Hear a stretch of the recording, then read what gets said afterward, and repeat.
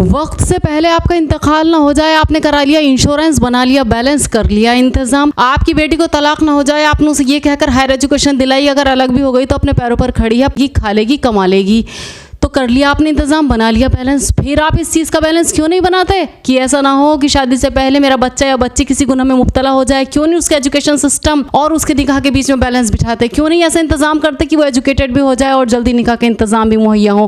क्यों नहीं ये इंतज़ाम आप करते? क्योंकि आप इस चीज़ को ज़रूरी नहीं समझते।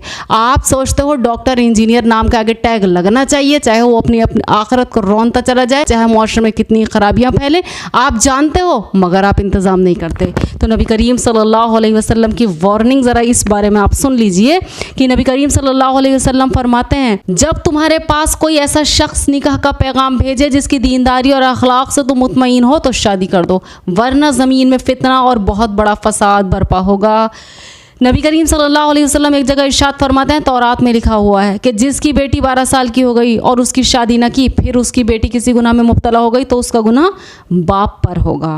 हदीस में अल्लाह के नबी रसूलुल्लाह सल्लल्लाहु अलैहि वसल्लम इरशाद फरमाते हैं, अल्लाह ताला जिसको औलाद से नवाजे उसको चाहिए कि बच्चे का अच्छा नाम रखे, उसको सलीका सिखाए, फिर जब बालिग हो जाए तो उसकी शादी कर दे। अगर शादी की उम्र को पहुँच जाने पर भी उसकी शादी न की और वो किसी गुनाह में मुब्तला हो गया तो उसका बाप उस गुनाह का ज़िम्मेदार होगा। मुआशरे में सुनिए कितने ज़बरदस्त नुकसान इसके हैं।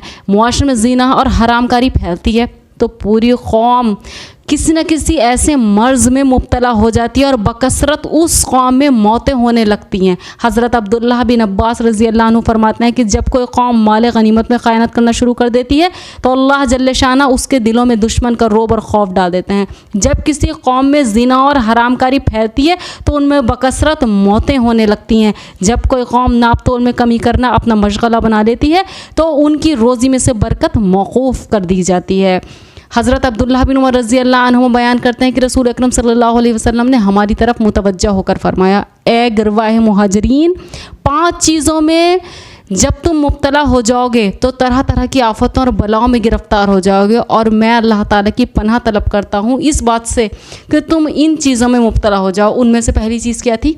जब भी किसी कौम में बदकारी इतनी आश्कारा हो जाती है कि लोग उसको खुल्लम खुल्ला करने लगते हैं तो उनमें ताउन और ऐसी तकलीफ़देह बीमारियाँ फैल जाती हैं जो उनके गुज़रे हुए इस्लाफ के ज़माने में नहीं थीं, जैसे इस टाइम पर एड्स की बीमारी।